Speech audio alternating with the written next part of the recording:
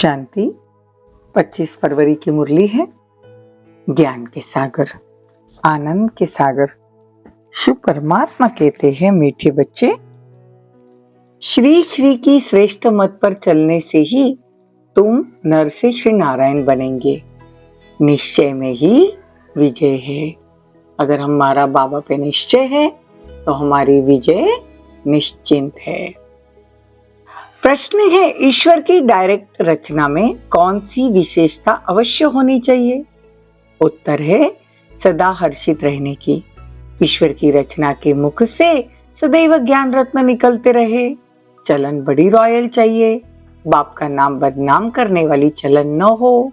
रोना, लड़ना, झगड़ना, उल्टा सुल्टा खाना, ये ईश्वरीय संतान के लक्षण नहीं। ईश्वर की संतान कहलाने वाले अगर रोते हैं तो कोई अकर्तव्य करते हैं, तो बाप की इज्जत गवाते हैं। इसीलिए बच्चों को बहुत बहुत संभाल करनी है। सदा ईश्वरीय नशे में हर्षित मुख रहना है। ओम शांति। बच्चों का मुखड़ा देखना पड़ता है। यह कोई साधु संत नहीं, बाप दादा और बच्चे हैं। इसको कहा जाता है ईश्वरीय कुटुंब परिवार। ईश्वर यानी परमपिता, जिनका बच्चा है ये ब्रह्मा फिर तुम हो, ब्रह्म कुमार कुमारियां। यह है वर्ल्ड का फादर। यूं तो सारी दुनिया के 3 फादर तो होते ही है। एक निराकार बाप, दूसरा प्रजापिता, तीसरा लौकिक बाप, परंतु यह किसी को भी पता नहीं है। गीत है, तकदीर जगाकर आई हूं। ओम शांति। तुम आते हो इस पाठशाला में। किसकी पाठशाला है? श्रीमद् भगवत की पाठशाला। फिर उनका नाम गीता रख दिया। श्रीमद् श्रेष्ठ से श्रेष्ठ परमात्मा की मत, वो है अपने बच्चों को श्रेष्ठ मत देते हैं। आगे तुम रावण की असुरी मत पर चलते थे, अब ईश्वरीय बाप की मत मिली है। मैं सिर्फ तुम्हारा बाप नहीं हूँ, मैं तो तुम्हारा बाप टीचर सदगुरु हूँ। जो हमारे बनते हैं, कहते शिव बाबा ब्रह्मा मुख द्वारा हम आपके बन गए। तो प्रतिज्ञा करते हैं कि मैं आपकी हूँ और आपकी ही होकर रहूंगी। बाबा भी कहते हैं तुम हमारे हो, अब मेरी मत पर चलना है। श्रीमत पर चलने से तुम 100 श्रेष्ठ लक्ष्मी नारायण बन जाएंगे। गारंटी है। बाबा गारंटी करते हैं कि सतयुग में मैं तुमको विश्व की बादशाही दूंगा। सतयुग है ही अल्लाह की दुनिया। भगवती भगवान को अल्लाह कहेंगे तो बाबा कहते हैं कि यह शिव ने रचा हुआ लय है, इसीलिए उसे शिवालय भी कहते हैं। बाबा कहते हैं कि वहां तुमको विजय माला में पिरोना है। देखो नंबरवार 108, फिर 16,000 की माला ऐड करते जाओ। ऐसे नहीं कि सतयुग त्रेता में सिर्फ 108 ही प्रिंस प्रिंसेस होंगे। वृद्धि होते माला बढ़ती जाएगी। प्रजा की वृद्धि होगी तो जरूर प्रिंस प्रिंसेस की भी वृद्धि होगी। बाप कहते कुछ भी नहीं समझो तो पूछो। हे मेरे लाडले बच्चे, मुझे जानने से तुम सृष्टि झाड़ को जान गए हो। यह झाड़ कब पुराना नहीं होता, भक्ति मार्ग कब शुरू होता है, यह भी तुम जानते हो। यह कल्प वृक्ष है ना, नीचे देखो कामधेनु बैठी है, जरूर उनका बाप भी होगा। कल्प वृक्ष के तले में तुम्हारा नया झाड़ शुरू हो जाएगा।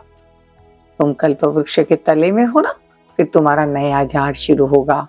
प्रजा तो लाखों की अंदाज में बन जाएगी और बनती ही जाएगी, या फिर कहेंगे बनती ही रहेगी। बाबा कहते हैं गरीब निवास तो मैं हूं, दान भी गरीबों को किया जाता है। अहिल्याए कुब्जाए, पाप आत्माएं जो है ऐसे ऐसे को मैं आकर वरदान देता हूं। तुम एकदम सन्यासियों को भी बैठ ज्ञान देंगे। ब्राह्मण बनने बिगर कोई देवता तो नहीं बन सकता। तो तुमको इतना नशा रहना चाहिए हम ईश्वर के पोत्रे पोत्रियां प्रजापिता के बच्चे हैं। अब ईश्वर के बच्चे तो सदैव हर्षित रहने चाहिए, कभी रोना नहीं चाहिए। तो रोने वाले नाम बदनाम कर देते हैं। वो माया के मुरीद देखने में आते हैं, शिव बाबा के मुरीद तो नहीं देखने में आते। बाबा अंदर में तो समझते हैं, परंतु बाहर से थोड़ी ही दिखलाएंगे, नहीं तो और ही गिर पड़ेंगे। देखो, बाबा कहते अपनी संभाल करो, सदगुरु का निंदक छोड़ न पाए। बाबा कहते हैं कृष्ण जैसा बनना है तो अभी सदा हर्षित मुख रहो और मुख से रत्न निकालते रहो। मुझ आत्मा को परमपिता परमात्मा का धन मिला है, जो मुझ आत्मा में धारण होता है सो मैं अपने मुख से दान करता हूँ। ज्ञान धन की बात कर रहे बाबा, जैसे बाबा शरीर का लोन ले दान करते रहते हैं, ऐसी अवस्था चाहिए। बाबा बाहर से भल प्यार देते, परंतु देखते इनकी चलन बदनामी करने वाली है तो दिल में रहता है ये ठोर नहीं पा सकते। हर बात में बाबा कहते संभाल चाहिए। तुमको ईश्वर पढ़ाते हैं। इस समय तो जितने मनुष्य उतनी मते, एक न मिले दूसरे से।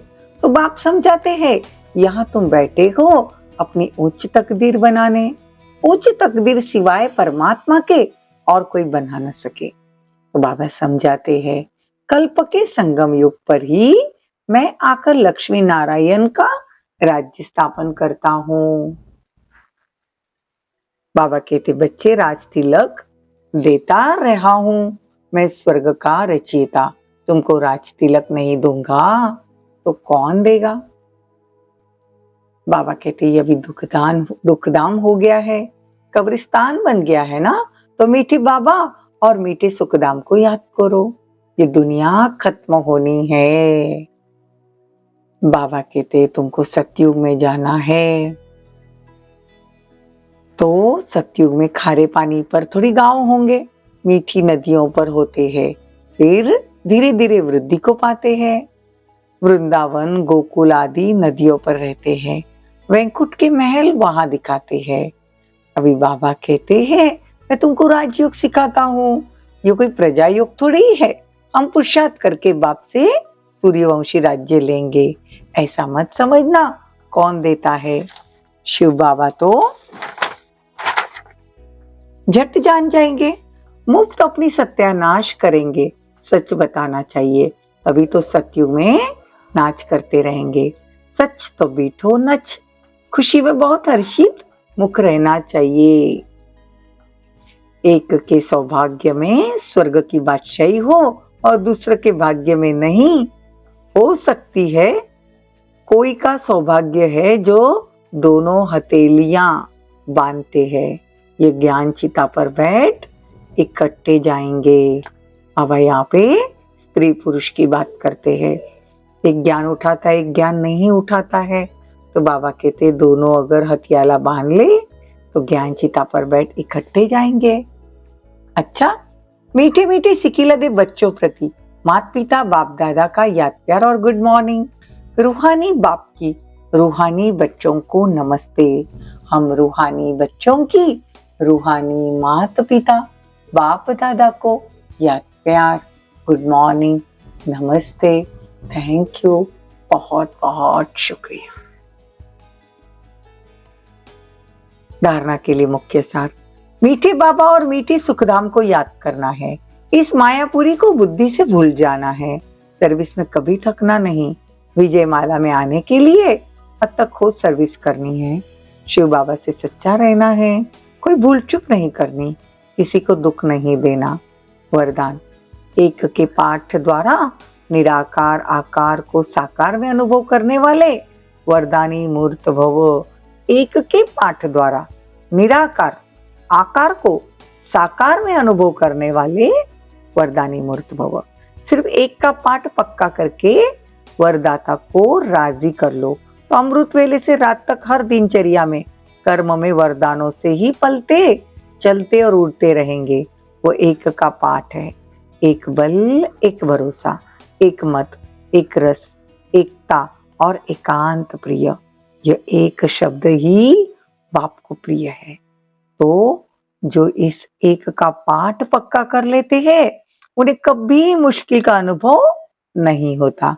ऐसी वरदानी आत्माओं को विशेष वरदान प्राप्त होता है, इसलिए निराकार आकार को जैसे साकार अनुभव करते हैं। स्लोगन: किसी से किनारा करके अपनी अवस्था बनाने के बजाय सर्व का सहारा बनो। ओम शांति। ओम शांति।